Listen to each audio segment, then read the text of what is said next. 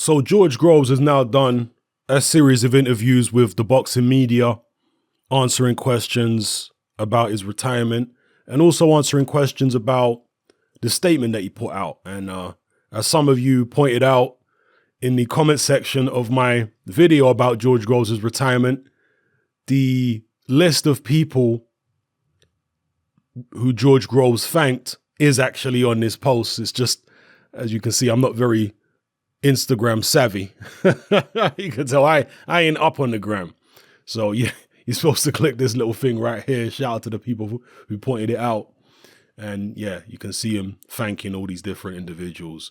And of course, the one person or the two people he didn't thank who were conspicuous by their absence were Paddy Fitzpatrick and Adam Booth. More so Adam Booth than Paddy Fitzpatrick, because George Groves hasn't exactly been silent on the reasons that he split with Paddy Fitzpatrick. In fact, George Groves has been kind of very critical of the way his training was handled by Fitzpatrick. Fitzpatrick, in the last few interviews I've seen of him where he's commented on George Groves, he's been very let bygones be bygones about it. Whereas Groves still appears to be dissatisfied and kind of annoyed with Fitzpatrick, but he at least spoke out about it publicly. But with regards to Adam Booth, George Groves has said very little about why he split up with Adam Booth. And to be fair,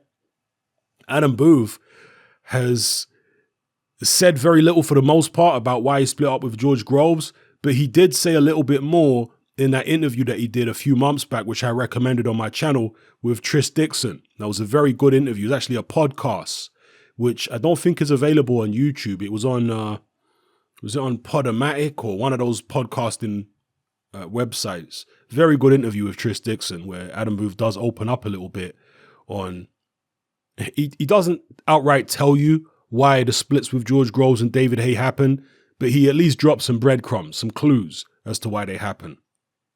Whereas Groves really hasn't spoken that much on it.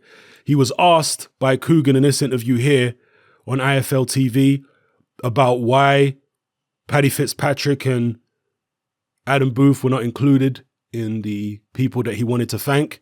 And what George Groves said was he wanted to thank people who went above and beyond and put him first, put him before themselves in order to help him out. Those are the people he wanted to thank. And by saying that, he's basically insinuating that Adam Booth and Paddy Fitzpatrick did not put George Groves' best interests before their own best interests. This is what he's insinuating by saying that. Now, it's all water under the bridge now. It's all by the by from a boxing career standpoint, because they have no bearing over Groves' career now. He's retired. It's all done. Unless he decides to make a comeback. And I hope he doesn't, to be honest with you, because I like to see fighters bow out with their faculties intact. And as they say, I like fighters to retire from boxing rather than for boxing to retire them. And I know Groves is going out on a loss and it's not ideal, but you know, it's just like that sometimes. He's only 30 years old. He's got his faculties. He's made a lot of money. So I hope he bows out and stays away from being inside the ring. Now, he does say in this post on his Instagram that he'll be looking to, maintain a presence in boxing. He'll be working as a boxing manager, and he'll also be working as a TV and radio pundit. He says that's something he's enjoyed over the years, so he's looking to do that. And he says he will be involved in ITV's PBC show next month, staging the Eubank DeGale fight. So he'll be working as a pundit for that, and he's obviously a natural choice for that particular fight, having been in the ring with both men. So yeah, we're going to see George Groves involved in boxing in that capacity, and also it seems managing fighters. So he'll still be involved, but as I say, people are fascinated to this day by the whole Adam Booth situation, even though it don't matter anymore. People are still fascinated by it. I'm fascinated by it because, and here's the reason, because Groves, David Haye, and Adam Booth appeared to be so tight. And again, looks can be deceiving. Things can look one way to the public, but it's not the same internally. But at some stage, they must have been tight. You could tell from the way Groves and Booth were when you saw them in the video clips where they were training together for the press and for the public. You could tell there was an understanding there. There was a camaraderie there. There was an energy there in that camp. Hay, Groves and Booth. They were really close at one stage. Or at least they had a very good working relationship at one stage. So for that to go sour the way that it did, and Adam Booth, I don't know him personally, and maybe George Groves would disagree with this assessment because he obviously knows him personally, but Adam Booth came across to me as somebody who was really emotionally invested in his fighters. And that's something which it can be a hindrance sometimes, but it at least shows that the trainer cares. And it can be a benefit sometimes too.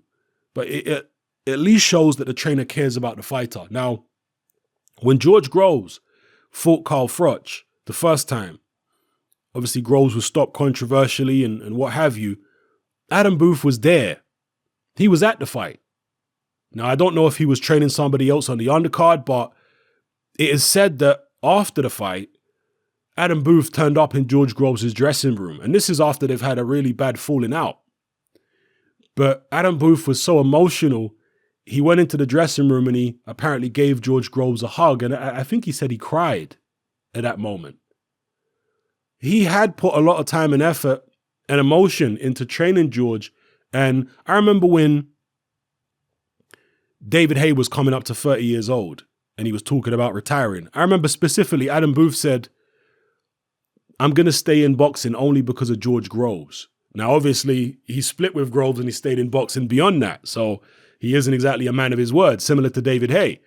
But at the time, he just seemed really enthusiastic about George Groves' career. And I guess some cynical people will say, well, he saw the money that could be made from Groves. Maybe there's an element of that. But I don't know, maybe Adam Booth is just a really good actor, but it looks as though he actually is emotionally invested in the careers of a lot of his fighters, So that tight unit that him, David Haye, and Groves had, it almost seemed like an impenetrable unit. They seemed so tight and they seemed to work together so well. And they all used to speak in the same way. Do you remember that? Like Adam Booth is somebody who is real big on psychology. And I think that's one of Adam Booth's strong points, actually, is preparing his fighters psychologically for battle. And he used to speak in a particular way, and he used to deal with the media by giving particular types of answers. And over time, Groves started speaking like Booth. They all had this same kind of demeanor about them. Groves was speaking like that, Haye was talking like that, and Booth, the mastermind, the Dark Lord, as they used to call him, he was talking like that as well. And I think he is where they got it all from. Haye and Groves were influenced by Adam Booth's thought process and his analytical mind and the way that he would deal with the press. So given that kind of influence that he had over them and how tight-knit that team seemed to be, people were just surprised when Groves split up with Booth. It just seemed to come out of nowhere. I'm sure it didn't come out of nowhere. When Groves split up with Booth, he did say that there'd been falling outs before, and he said things are not always what they seem. The public might think that everything is all good in the hood, all hunky-dory, but behind closed doors, it's actually quite different. And George Groves did say that. He said it's not the first time that he's had falling outs with Booth. But still, I think that's why people are fascinated by it, because they were so tight-knit, they were seemingly so close, and because they were working so well together. People really believe that that Booth was the perfect trainer for Groves. Now, I've always been critical of Adam Booth from a technical point of view.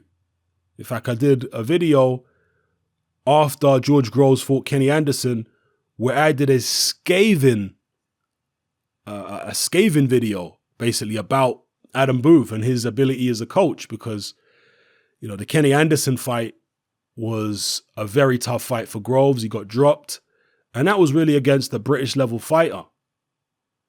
And I just felt Groves was better than that. I felt like he had more ability than that. In fact, I remember it was either in that video or one of the other videos at the time where I was saying that Groves has got better athletic ability than James DeGale. And a lot of people ridiculed me in the comment section of that video on my old channel. They were like, what are you smoking? How are you going to say that Groves has got more ability than James DeGale? And again, I'm not talking about technical ability where he can fight southpaw and orthodox and inside it. I'm not talking about that. I'm talking about athletic ability.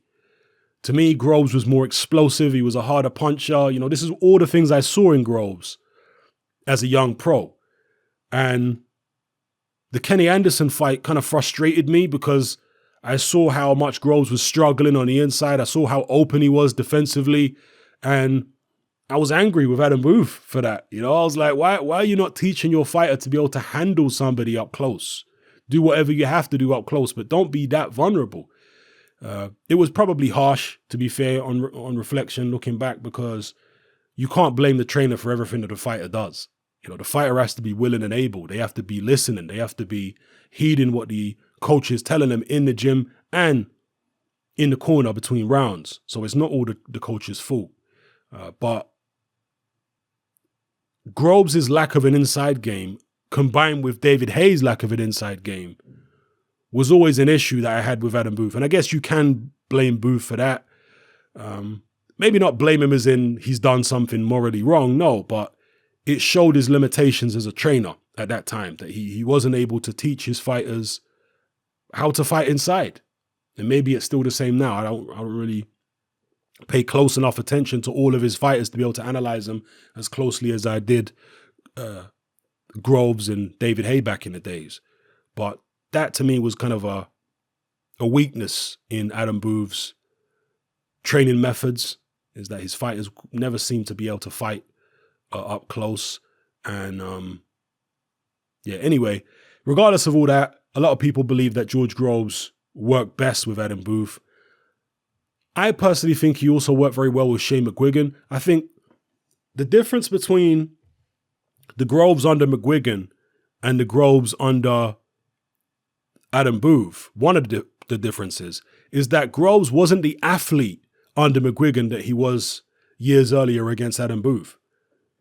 His athletic prime, I think, was probably in his mid-20s, George Groves. And people reach their athletic prime at different ages. Mike Tyson, I know people, they're going to be on my case for mentioning Mike Tyson again. But Mike Tyson's athletic prime was probably around 19, 20. Yeah, Mike Tyson's athletic prime was young, very young. And after that, it was a slow decline in his athleticism. He maybe got better technically. You know, the Spinks fight is seen as the pinnacle of Tyson's career, where everything just converged and came together.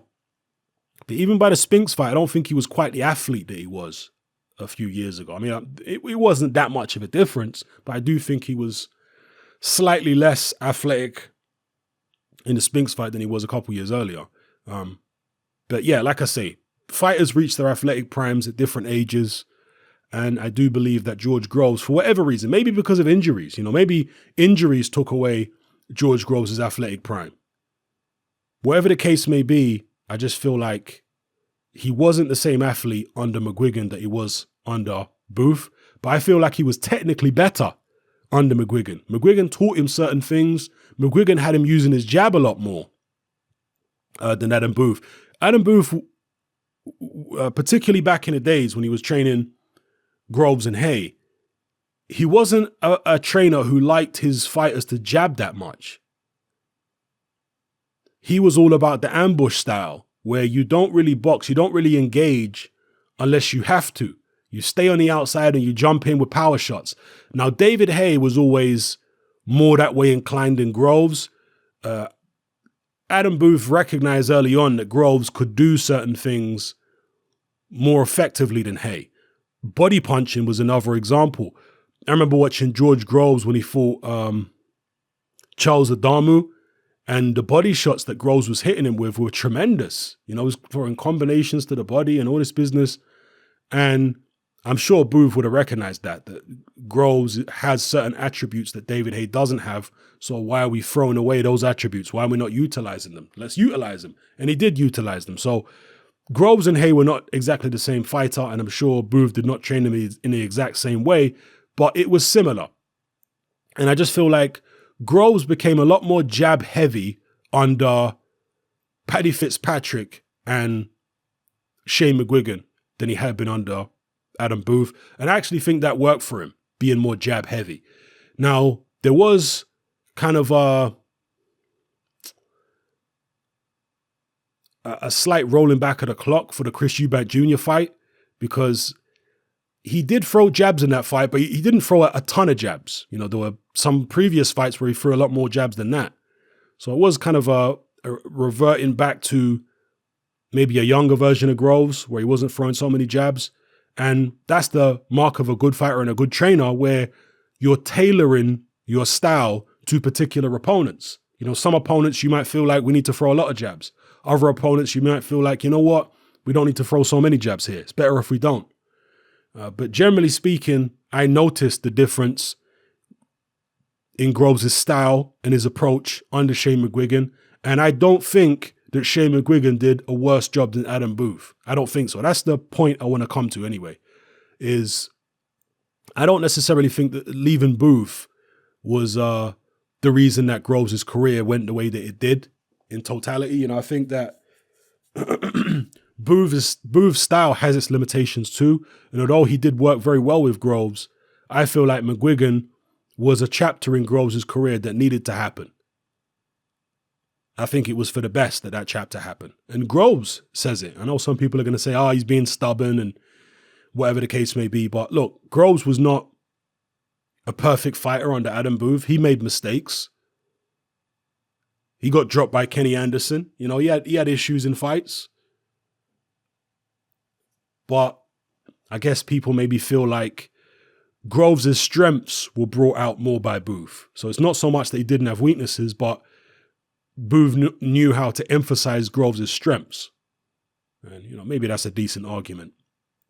But be that as it may, let me know how you feel in the comment section below about Groves and him not mentioning Adam Booth, not thanking him for, you know, guiding his career in the early stages. Let me know what you think about it, people, because we're sitting here talking about how bitter Carl Froch is and the fact that he can't be happy for George Groves, and he's saying that British boxing won't miss him. But I guess we've got a similar situation with Groves towards Adam Booth. But to be fair, we don't know what the issue is between Groves and Booth. You know, we're talking about stuff we really have no knowledge of. With Groves and Froch, we know. You know, Froch is an egomaniac, and and to be honest with you, I've been very critical of Froch over the years, particularly when he was fighting, but it's got to the stage, similar to how Amir Khan is, where Carl Froch is almost a parody of himself. Like, you go on Twitter and you look at that Foul Crotch, you know, the Carl Froch parody account, and it's difficult to tell the difference between the Foul Crotch and the Carl Froch accounts, the real Carl Froch account on Twitter, because the stuff they come out with is, is so similar at this stage. Like, Froch is becoming a parody of himself. And to be honest with you, particularly after retirement, I've found Carl Froch hilarious. I'm not going to lie. Even though he's bitter and really childish in terms of the way he's talking about George Groves and Andre Ward, I do find it funny that he's so petty and childish. It's like a parody, you know? So I find Carl Froch entertaining at this point in time. I'm not going to lie to you. Let me know how you guys feel in the comment section below about everything I've talked about in this video. Oh no, and in fact, before I go, I was nearly out, people. Before I go, I do also have to comment on George Groves saying he regrets loads of things that happened in his career. Now, this to me is the mark of an honest man, because it's very common to hear people come out with I have no regrets in my life. And they even have memes that say, have no regrets. I can't understand the mentality of people who say they've got no regrets. That just seems like delusion to me. If you're objective minded and you're honest with yourself, you gotta have loads of regrets. Yes, you learn from mistakes and those mistakes can make you stronger. But guess what? Some people don't make the same mistakes that you made. And they're just as strong as you because they had the common sense in the first place. Maybe you had the common sense too, but you were in your feelings at the time. And so you made a rash decision, which deep down you knew was the wrong decision when you were making it, but you went ahead and did it anyway out of stubbornness. And then because the situation went downhill, you found out what you knew in the beginning, which was it was a mistake to go down that road in the first place. That means you didn't need to make that mistake. That's what that means. Right? It's like people who end up turning into criminals and being career criminals and all this kind of business. What, you think they ain't got regrets? Of course they got regrets. That's why so many of them turn around and get involved in youth projects and youth programs where they try and steer kids away from living the life that they led. For somebody who's spent most of their life incarcerated, why would you come out and say you got no regrets? Now, I know that's an extreme example, but it just shows you that this whole, I've got no regrets, it may be the person I am, is just foolishness. You got to have regrets. I've got many regrets in my life. Most of the regrets I have would be treating people, particularly in my teenage years, early 20s, treating people badly. Some people that I came across, treating them badly. And I've got massive regrets about those things. Like, how could you not regret doing people wrong? So, I certainly regret things in my life, which I wish I could turn the clock back and change. And, if I could live my life again, I would make sure I don't do those same things again. But for George Groves to come out and say that he regrets loads, it's refreshing to hear that, rather than these deluded, individuals who go, oh, I regret nothing. Nonsense. So Groves is being real. He regrets loads in his career, but obviously you don't want to hold on to the regret. You don't want to hold on to it because you can't change the past. The past is the past. It's done. There's nothing, you can't rewind time. But regret in the sense that if somebody younger than you comes to you for advice, you try and advise them in such a way that they don't make the same mistakes you made. That's where regret comes into it. Because if you truly don't regret what happened in your life, then when you're advising a younger person, you're going to tell them to make the same mistakes as you, or you're not going to advise them at all. Now, obviously, not everybody can be helped. Not everybody can be advised, but a lot of people can be. A lot of people will listen to you. And they will learn from your mistakes. Some people won't. Some people are hard-headed, but some people will learn. And that's why, as I say, when you admit that you regret this and you regret that, other people can learn from your mistakes if you offer them that help or if they ask for that help. So anyway, that's the last bit I wanted to talk about with regards to this interview with George Groves. So yeah, let me know how you feel, people. It's happening. I'm out. Join me on Patreon. I upload a minimum of 2 podcasts every single week, covering a wide variety of controversial topics, as well as live stream Q&A sessions. Take a look on screen right now at some of the podcasts I've produced so far. For just $3 a month, the equivalent of about £2 a month, you get access to all my new podcasts and my entire back catalogue of past podcasts, including my popular Confessions of a Nightclub Bouncer series. You can listen on your computer or on your smartphone or tablet by downloading the Patreon app from the Google Play Store or the App Store for free. The Patreon app also allows you to download each podcast in MP3. For less than the price of a cup of coffee, you get access to dozens of hours of exclusive content. It's easy to sign up, there's no contract, and you can cancel at any time. So come and join our community of free and critical thinkers by signing up with me here on Patreon today.